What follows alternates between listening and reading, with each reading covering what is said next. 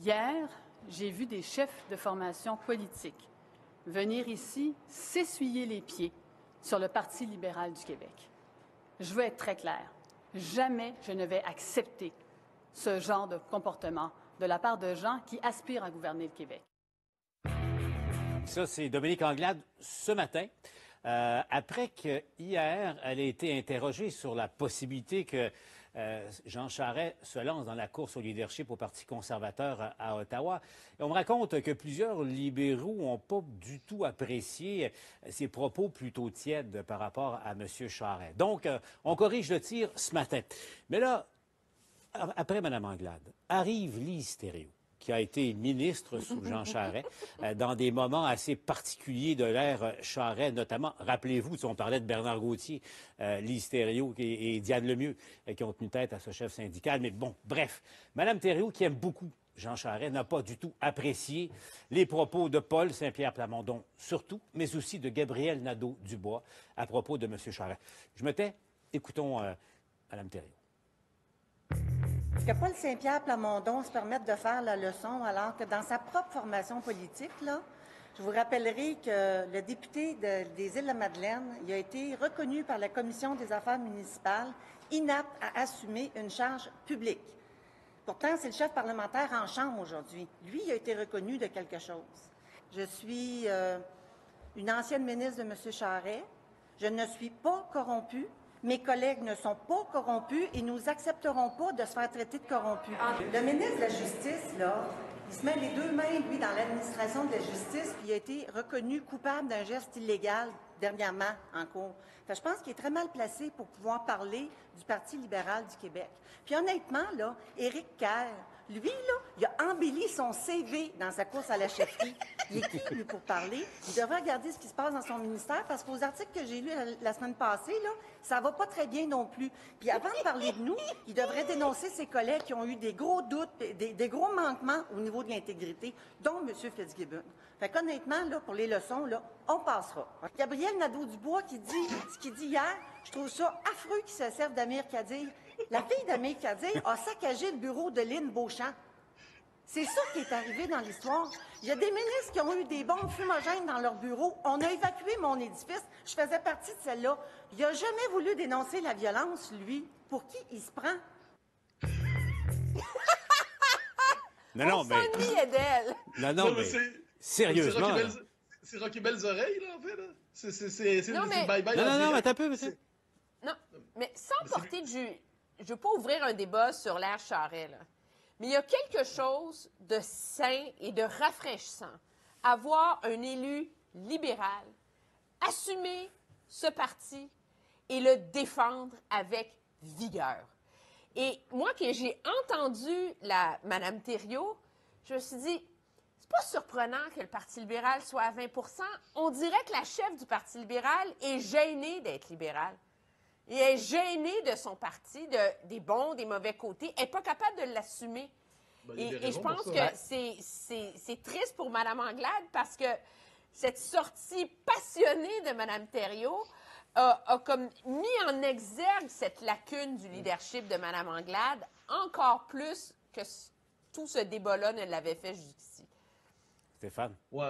Ben, écoute, je t'avouerais que j'ai une certaine réserve par rapport à ça. Moi, je te dirais qu'ils sont à 20 % avec une sortie comme ça, ils vont aller en bas de 10. Là, ça va prendre quelqu'un qui n'écoute pas la TV puis qui ne suit pas les nouvelles là, pour dire que j'ai le goût de voter libéral. Parce que c'est un ramassis d'attaques personnelles. Là. Puis, écoute, mais hier ils ont fait quoi? Les autres, ils ont fait ça toute la journée hier. Non. Ben, hier, au contraire, il y avait quand même de la réserve. Là. Honnêtement, là, ce qu'on voit, là, écoutez, là, on a même sorti Oxygène 9, il n'y a rien qu'on n'a pas dit, qui n'a aucun lien avec les réserves qui ont été mentionnées par rapport à une époque. Alors, qu'on soit d'accord ou pas, cette période-là, elle existe. Ça ne veut pas dire qu'on va insulter tout le monde un par un en pensant que politiquement, on va avoir un impact positif sur les gens. C'est pour ça que Mme Anglade n'a pas le choix de sortir, parce qu'elle dit, ouais, mais là, tu forces elle à sortir, puis on n'est pas mieux, là, parce que pour le Parti libéral, il n'y a rien de pire que ce qui vient d'arriver. Mais honnêtement, là, hier au caucus, ça a dû être quelque chose. Là, les anciens de l'ancienne garde qui défendaient l'indéfendable. Elle, Mme Anglade, qui tente de passer à autre chose. Il y a comme un passage entre les deux. À l'évidence, c'est plus compliqué que ça ne l'air. Mais y a-tu quelqu'un au Québec, honnêtement, là, qui s'imagine que les années Charest sont des années d'exemplarité éthique au Québec? Je porte aucune accusation. Je dis que spontanément, on ne pourrait pas dire que les années Charest sont des années d'exemplarité éthique. On ne pourrait pas dire non plus que la vie démocratique s'en est retrouvée renforcée. Quant au discours clownesque de Mme Thériault, je m'excuse, mais ça avait l'air de quelqu'un... Ben oui, C'est franchement, pas c'est pas clownesque, sérieux. au contraire, là. Non, mais c'était le lunaire, c'était le lunaire. Hein? C'est-à-dire que c'est Mais ça. non, voyons donc! À distribuer des taloches à madame. Ah Mauvais, ouais. méchant, pas gentil. Mais Mathieu, Ah ouais, Saint-Pierre ah ouais, Plamondon, Non, non, mais Saint-Pierre pourquoi Plamondon est-ce qui qu'elle affirme hier que Jean Charest, ancien premier ministre du Québec, ne serait-ce que par le respect de la fonction, est corrompu.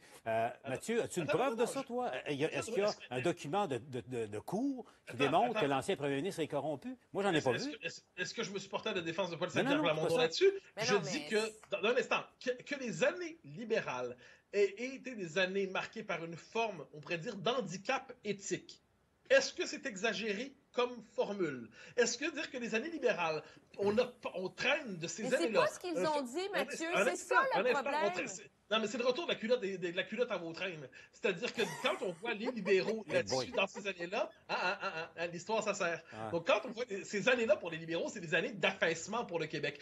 Personne n'a la nostalgie de Jean Charest. Soyons sérieux au Québec, sauf ces derniers T'es lieutenants. sûr de ces ça? derniers- Es-tu sûr de ça, Mathieu? Au-delà de la frange réduite qui voit dans Jean Charest le dernier premier ministre gagnant libéraux, parce que Couillard, c'est quand même une parenthèse maudite pour les Rouges, mais sur ce coup-là, j'ai l'impression que Jean Charest, chez les Québécois francophones, chez les Québécois plus globalement, c'est une période de notre histoire dont on n'a pas tiré grande fierté.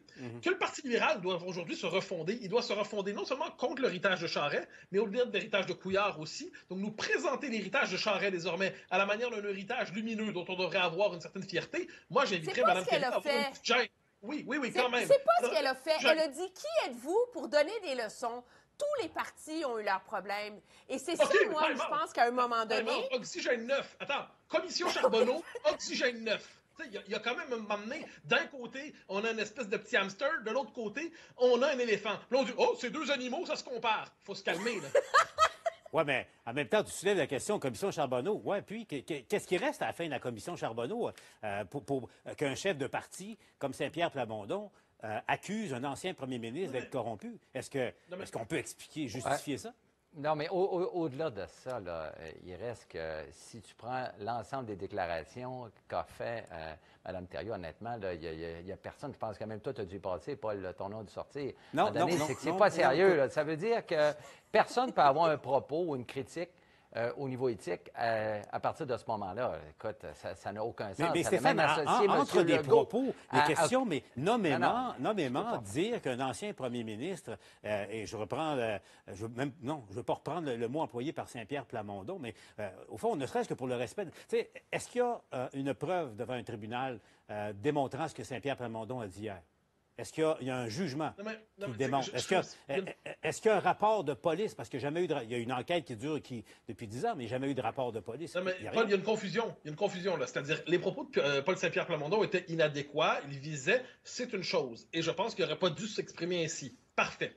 La défense de Lise Thériault s'appuie sur ces propos inadéquats pour décider de repeindre sur le mode, mais repeindre avec la peinture bénite, l'histoire de Jean Charest à la manière d'un premier ministre exemplaire sur le plan éthique. Non, moi, je pense Tu sais, que le pouce but de- n'est pouce égal, c'est quand même une formule qui veut dire quelque chose au Québec. Emmanuel, Mais le pire de tout ce débat-là, c'est que tous ces chefs d'opposition se sont drapés dans l'indignité totale pendant la campagne électorale, à dire que c'était donc écœurant et indigne de M. Legault d'oser se mêler de politique fédérale, qui devait rester dans sa propre voie, etc.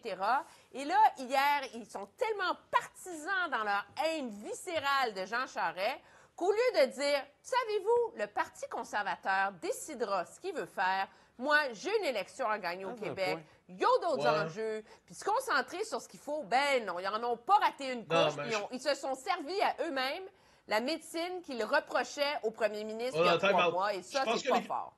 Les Québécois ont acquis de 2003 à 2012 le droit d'avoir un avis sur l'avenir politique de Jean Charest. Quel que soit l'avenir, qu'il veuille être ambassadeur à l'ONU, qu'il veuille être quoi que ce soit, je pense que les Québécois ont acquis le droit de se prononcer à son sujet s'il veut revenir en politique. Et puis Les même s'ils sont Québécois- députés, Oui, mais les chefs Pardon? de parti, comment peuvent-ils critiquer M. Legault de se mêler de politique fédérale et Mais moi, j'ai eux, jamais après critiqué. ça, Tout à fait. en beurré, épais, comme ils l'ont fait hier. Attends, À un moment moi, donné, j'ai choisis, toujours- là. le Tu premier peux pas avoir le le beurre premier puis le ministre- beurre, là.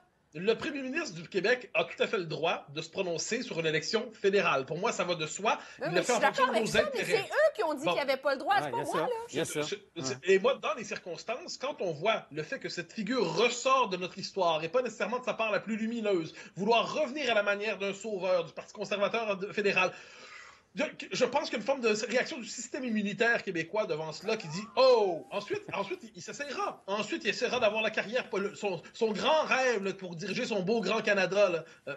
Parfait, qu'il essaye. Mais pour l'instant, il y aura sur le chemin de sa résurrection politique une série d'obstacles. Et cet obstacle, ce sera la mémoire des Québécois qui se souviennent des années Charest.